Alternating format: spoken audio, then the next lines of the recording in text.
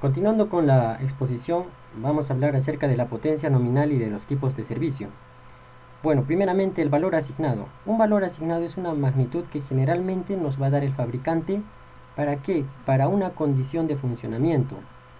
Ahora, el concepto de potencia asignada es un poco más versátil porque tiene que ver con la vida del aislamiento de nuestras máquinas. Entonces, esta va a estar dada según a la clase del servicio a que se destine nuestra máquina. Aquí tenemos una placa de un motor trifásico en la cual están todos los valores y valores que el fabricante nos los da. Los tipos de servicio. Los tipos de servicio son los periodos de funcionamiento en vacío y en reposo los que está sometida a nuestra máquina. Existen varios tipos de servicio, entre los cuales acá solamente hemos tomado tres, como son el servicio continuo, en el cual nuestra máquina está continuamente funcionando a una carga. El servicio temporal, ¿no? El funcionamiento con carga constante durante un periodo de tiempo determinado. El servicio intermitente periódico, ¿no? Hay una sucesión de ciclos de servicios. Una vez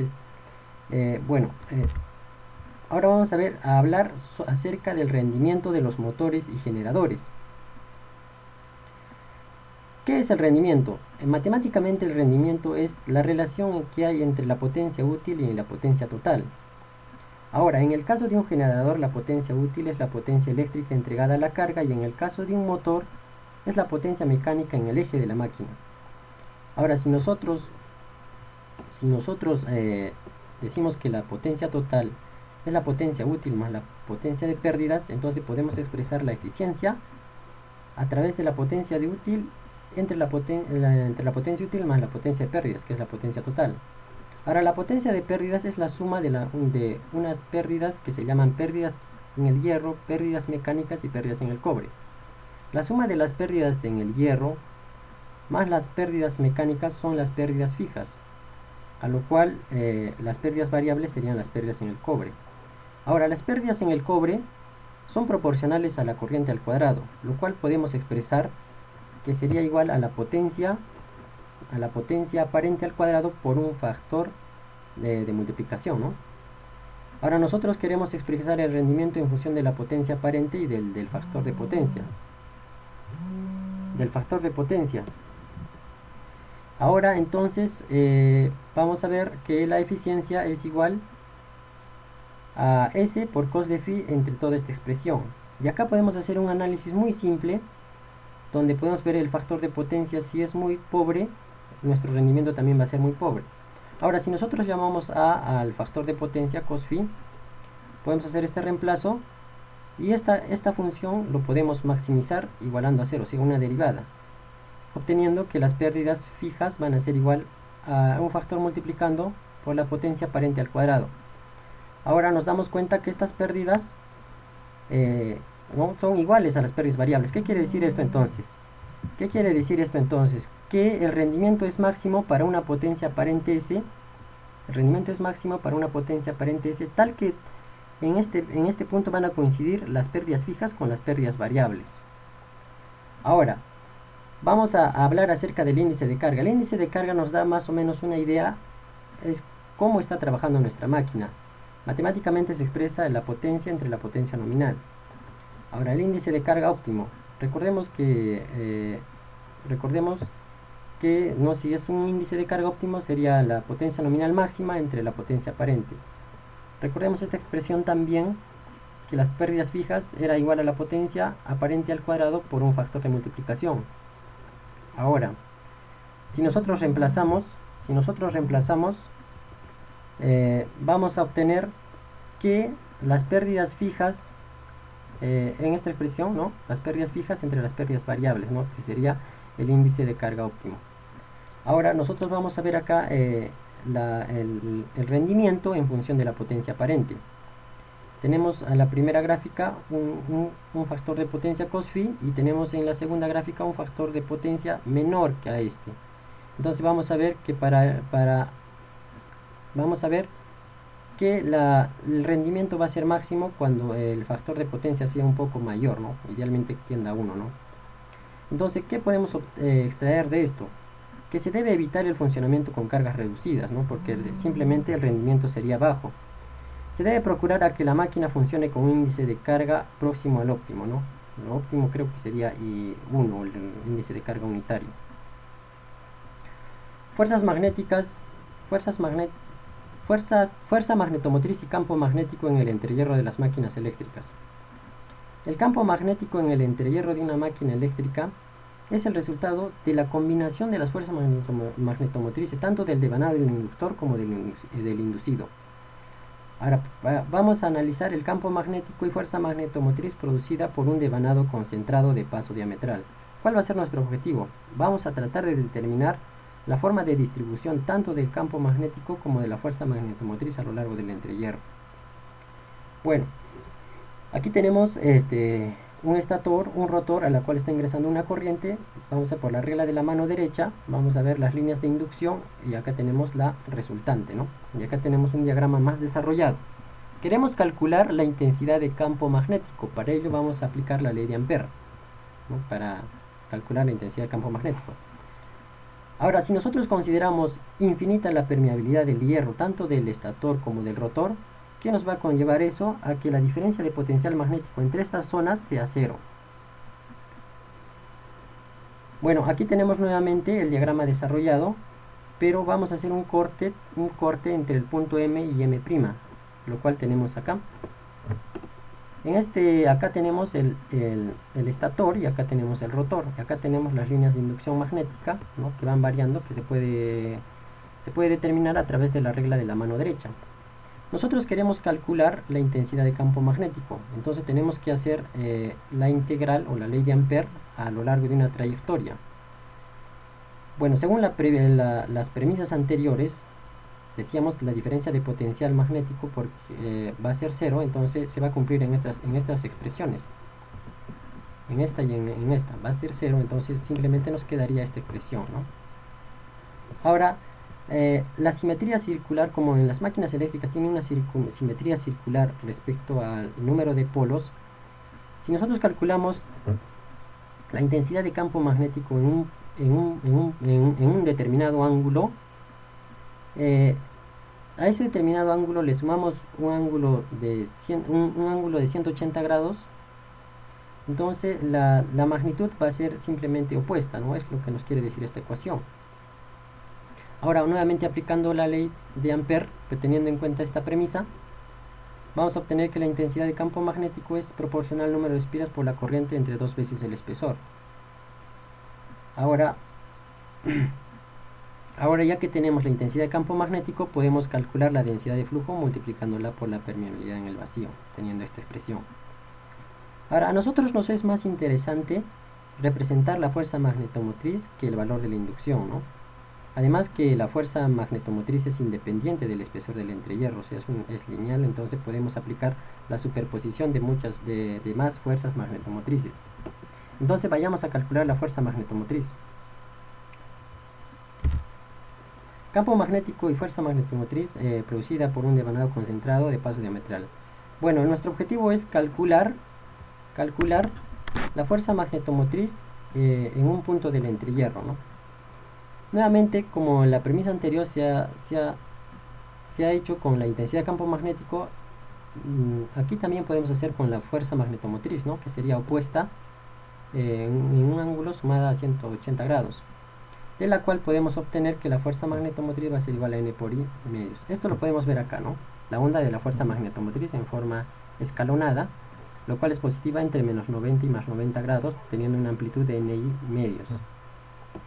Ahora, esta fuerza magnetomotriz podemos descomponerla mediante las series de Fourier, la cual vamos a obtener, ¿no?, una onda fundamental más la suma del tercer y el quinto armónico impares, ¿no?, en la cual esta va a ser la amplitud 1 sobre h veces la fundamental. Ahora, si nosotros despreciamos el tercer y el quinto armónico, simplemente esta onda rectangular se asemejaría a la fundamental, lo cual tenemos esta, ¿no?, que es la onda rectangular en fuerza magnetomotriz, donde su valor de amplitud es 4n sobre i por entre 2pi. Ahora, si nosotros tenemos la fuerza magnetomotriz, podemos calcular la intensidad de campo dividiéndola entre el espesor. a la vez que podemos calcular la densidad de flujo o la inducción, la intensidad de flujo, multiplicándola por la permeabilidad del vacío, y obtenemos la expresión. Esta expresión es la componente fundamental de la inducción de la onda. Bueno, ahora el campo magnético y fuerza magnética es producida por un devanado concentrado de paso diametral. Ahora nosotros lo que vamos a hacer es alimentar a la bobina con una corriente alterna, sinusoidal, ¿no? Acá está. Entonces esta expresión ya lo hemos calculado, esta es su amplitud. Vamos a reemplazar el valor de la corriente alterna, teniendo esta expresión, y reduciendo nos va a dar esta, ¿no? Donde la amplitud va a estar dada 4 entre pi n por i máximo, el valor máximo de la corriente, entre 2. Vamos a hacer un análisis a esta expresión de la fuerza magnetomotriz, a lo cual vamos a presentar esta gráfica. En esta gráfica vamos a ver la corriente cosenoidal, ¿no? Y en la parte de abajo vamos a ver el fasor espacial de la fuerza magnetomotriz. Vamos a analizar en este caso, si en t igual a 0, vamos a tener una corriente de IM. Y reemplazando en esta expresión también vamos a tener un valor de fuerza magnetomotriz máxima, ¿no? Fm. Igual hacemos en todos los puntos. Y nos damos cuenta de que la corriente va a ser proporcional a la fuerza magnetomotriz en el entrehierro. Por ejemplo, acá es positivo, pero se reduce a la mitad la corriente, entonces la fuerza magnetomotriz también se reduce a la mitad. La corriente toma valor negativo, entonces la fuerza magnetomotriz en el entrehierro también va a tomar valores negativos. Por ejemplo, la mitad, ¿no? Acá tiene un valor máximo negativo, entonces en sentido contrario de la fuerza magnetomotriz. ¿Qué conclusión podemos llegar a esto? Que la onda de la fuerza magnetomotriz y su fasor espacial permanecen fijos, ¿sí? Permanecen fijos en el espacio. Y su amplitud varía senoidalmente con el tiempo. Entonces podemos decir que la onda estacionaria de fuerza magnetomotriz es alternativa o pulsante. Ahora vamos a ver la fuerza magnetomotriz producida por un devanado distribuido. Si nosotros queremos aprovechar toda la periferia, tanto del estator como del rotor, las bobinas se van a distribuir en las ranuras, ¿no? ¿Esto qué va a permitir? No solamente que sea una mayor utilización de la máxima, una mayor utilización de la máquina, sino también una mejora calidad de nuestra fuerza magnetomotriz y de la inducción. Nosotros tenemos acá un estator y un rotor, lo cual tenemos un bobinado que está en serie de 3 espiras. Está ingresando una corriente. Acá tenemos el esquema desarrollado. Bueno, ¿no? Tenemos el esquema desarrollado. Ahora vamos a ver mediante la ley de Ampère, ¿no? Podemos calcular la fuerza magnetomotriz. Y acá está, ¿no? La tensión magnética en el entrehierro de la línea D. Esto podemos hacerlo para calcular en todos los recintos, tomando integrales en todos los recintos. Entonces, bueno, vamos a calcular acá, ¿no? F1 ya se calculó acá, F2, N y medios, F3 y F4. Nos damos cuenta, acá tenemos una onda escalonada, la cual el valor de F1 es 3NI entre 2, es la amplitud de la onda escalonada. F3 y F4, las fuerzas magnetomotrices, que son negativas, ahí ya están debajo del, ¿no? Y F2 y F1 son positivas. Ahora, el análisis de Fourier, ¿qué nos va a conllevar? A descomponer esa onda escalonada en una fundamental y en los armónicos, en una onda fundamental y el tercer y el quinto armónico. Lo cual, tenemos esta ya que hemos calculado, ¿no es cierto? La onda escalonada, la cual es la fundamental. Ahora, esto se puede aproximar a la onda escalonada, ¿no? O sea que sería acá algo equivalente, ¿no? Lo cual tenemos acá su amplitud. Ahora, si nosotros hacemos circular una corriente por el devanado, una corriente alterna, reemplazando acá vamos a obtener esta expresión, donde cual tenemos el valor máximo, 4 entre pi kd por 3n por i de i máximo, que sería de la corriente, entre 2. Si nosotros queremos ver acá, sería el NF, el número de espiras por fase, ¿no? Que estamos ingresando, ¿no? que A sería la fuerza magnetomotriz en un devanado distribuido. Ahora el teorema de Ferraris. En el teorema de Ferraris vamos a calcular la fuerza magnetomotriz que existe en un punto del entrehierro, por ejemplo en el punto P, en la cual va a estar determinada por un ángulo θ, ¿no?, el ángulo magnético, respecto a al eje del devanado A', debido a la contribución de los tres arrollamientos. Bueno, lo que vamos a hacer es, ya que tenemos tres arrollamientos, vamos a hacer circular corrientes trifásicas desfasadas 120 grados. Cada devanado va a producir una fuerza magnetomotriz pulsatoria o alternativa orientada en su eje, lo cual tenemos acá la fuerza magnetomotriz A, del B y C, ¿no?, de los respectivos bobinados, también que están desfasados 120 grados. Ahora, la fuerza magnetomotriz en el punto P va a ser la suma de las fuerzas magnetomotrices propias de A, de B y de C, lo cual, descomponiendo o no, haciendo una suma de estas tres fuerzas magnetomotrices, vamos a llegar a esta expresión. Como este es un fasor, ¿no?, de lo cual tiene ángulos simétricos, vamos a decir que la resultante es 0, lo cual nos queda la fuerza magnetomotriz de esta manera, que es la fuerza magnetomotriz en el entrehierro. Ahora, vamos a calcular la fuerza magnetomotriz producida por un devanado trifásico, pero de una diferente manera. Nuevamente, bajo el mismo principio, ¿no es cierto?, tenemos las corrientes desfasadas 120 grados.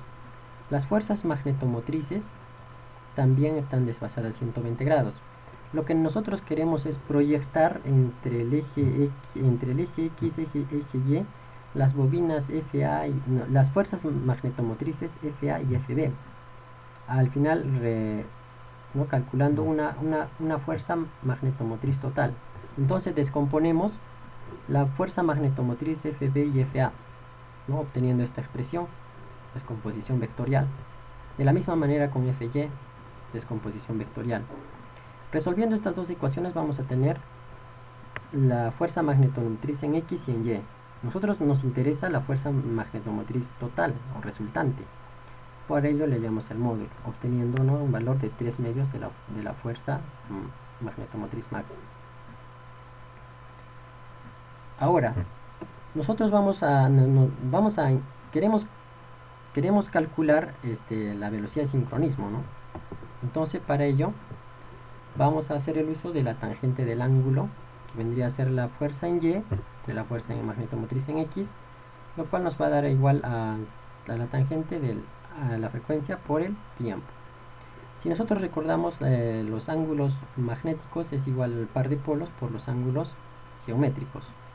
La velocidad angular mecánica, la variación es igual a la variación de los ángulos geométricos respecto al tiempo, obteniendo esta expresión. Y aquí nos vamos a obtener la velocidad de sincronismo, que es proporcional a la frecuencia y al número de polos, el número par de polos. Entonces, ¿qué podemos decir de esto? Que la fuerza magnetomotriz resultante tiene una amplitud constante, como se ha visto acá, 3/2 Fm, y que es rotativa y que se mueve a una velocidad de sincronismo, que es esta. Bueno, ahora vamos a calcular la fuerza electromotriz inducida en un devanado. Bueno, en los devanados de las máquinas eléctricas se inducen fuerzas electromotrices debidas a las variaciones de flujos. Esto es el resultado de ¿qué? De la variación con el tiempo de la magnitud del flujo. A esto se le llama fuerza electromotriz de pulsación. El movimiento del circuito inducido respecto del flujo, esto se llama fuerza electromotriz de rotación. Recordemos esta expresión que ya se ha calculado anteriormente para un devanado concentrado, donde su valor de amplitud es 4 por n por i entre 2pi. Ahora, si nosotros aplicamos la ley de Hopkinson, vamos a obtener el flujo en el entrehierro, el flujo distribuido en el entrehierro. Ahora, si nosotros queremos calcular la fuerza electromotriz inducida,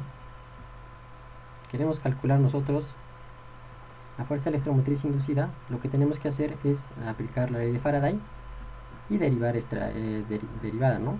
expresión, este flujo distribuido, lo cual obtenemos esta expresión. Haciendo unos arreglos vamos a obtener esta de acá. Ahora, esta es una fuerza electromotriz inducida en el rotor que contiene pulsaciones de frecuencia 2, ¿no? Ahora, si nosotros recordamos, la frecuencia angular 1 es igual a 2pi por la frecuencia 1, igual de la misma manera para 2. Y recordemos también que la frecuencia angular mecánica de movimiento es igual a 2pi por n entre 60. Acá vamos combinando estas ecuaciones vamos a obtener una relación de las frecuencias del inductor y del inducido, que también nos va a dar el número de polos por la velocidad de sincronismo entre 60. Ahora, la fuerza electromotriz inducida en un devanado. Recordemos esta expresión anterior. Vamos a analizarla en dos casos. Si tenemos un inducido fijo, flujo variable, y cuando tenemos un inducido móvil con flujo constante. Ahora, en el devanado si tenemos, en el primer caso, ¿no?, un inducido fijo a flujo variable, entonces el devanado del rotor es estacionario. ¿Qué quiere decir esto? Que nuestra velocidad angular mecánica va a ser 0. Entonces reemplazamos acá 0, nos va a quedar esta expresión. Ahora podemos analizar el ángulo magnético, ¿no?, que sería igual a P por el ángulo geométrico. Pues primeramente nos ponemos en el caso de que puede ser 90 grados y esta fuerza electromotriz va a ser 0. Ahora, en el segundo caso, ¿qué tal si P por alfa, que vendría a ser el par de polos, por el ángulo geométrico es 0 grados? Ya, entonces vamos a analizar en este caso. Si ocurre que es 0 grados, este valor va a ser 1, que tenemos acá, ¿no? Va a ser 1. Entonces lo podemos calcular el valor eficaz. Tenemos n2, frecuencia 1, por el flujo entre raíz de 2. Reemplazando la frecuencia angular 2pi por la frecuencia, tenemos 4.44 n2 por el flujo, por la frecuencia por el flujo máximo. Esta expresión se usa en el análisis de los transformadores. Bueno, acá la frecuencia del inductor inducido son iguales, ¿no? Ahora sí, ¿qué pasa si tenemos un inducido móvil a flujo constante? El devanado del inductor está alimentado por una corriente continua. Entonces, ¿qué quiere decir? Que la frecuencia va a ser 0. Entonces, si la frecuencia es 0, entonces vamos a reemplazar en esta ecuación, vamos a obtener esta de acá, ¿no? Ahora recordemos que los ángulos magnéticos es igual a la